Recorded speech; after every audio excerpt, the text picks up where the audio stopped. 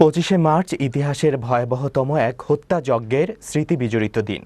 ১৯৭১ সালের এ রাতে নিরস্ত্র বাঙালির উপর বর্বরোচিত হামলা চালিয়ে ঢাকাসহ পুরো দেশকে মৃত্যুপুরীতে পরিণত করে রক্তপিপাসু হিংস্র পাকিস্তানি সেনাবাহিনী।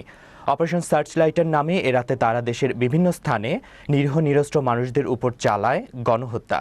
তবে এর পরপরই বাঙালিরা প্রতিরোধ শুরু করলে সূচনা হয় মহান মুক্তিযুদ্ধের। ১৯৭১ সালের ২৫শে মার্চ রাতের ভয়াবহতা তুলে ধরছেন সোহাগ শাকিল।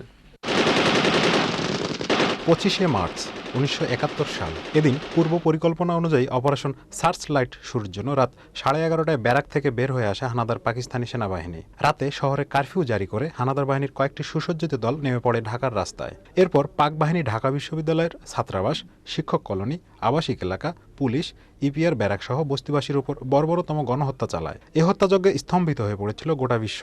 এ রাতেই নিহত হয় কমপক্ষে 50,000 মানুষ। বাংলাদেশের ইতিহাসে এই রাতটি তাই কাল রাত হিসেবে পরিচিত।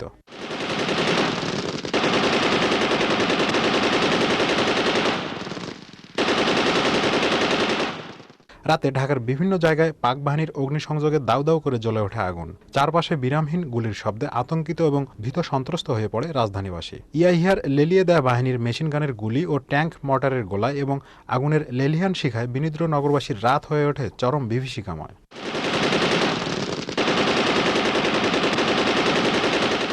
হানাদাররা রাত 1:30টার দিকে বঙ্গবন্ধুর বাসভবনের সামনে হানা দেয়। তারা এলোপাথাড়ি গুলি চালাতে থাকে তার বাসভবন সহ আশপাশের এলাকায়। রাতেই বাঙালির প্রিয় নেতা বঙ্গবন্ধু শেখ মুজিবুর রহমানকে গ্রেফতার করে নিয়ে যাওয়া হয় সেনানিবাসে। গ্রেফতারের পূর্বে ২৬ মার্চের প্রথম প্রহরে তিনি বাংলাদেশের স্বাধীনতার ঘোষণা দেন।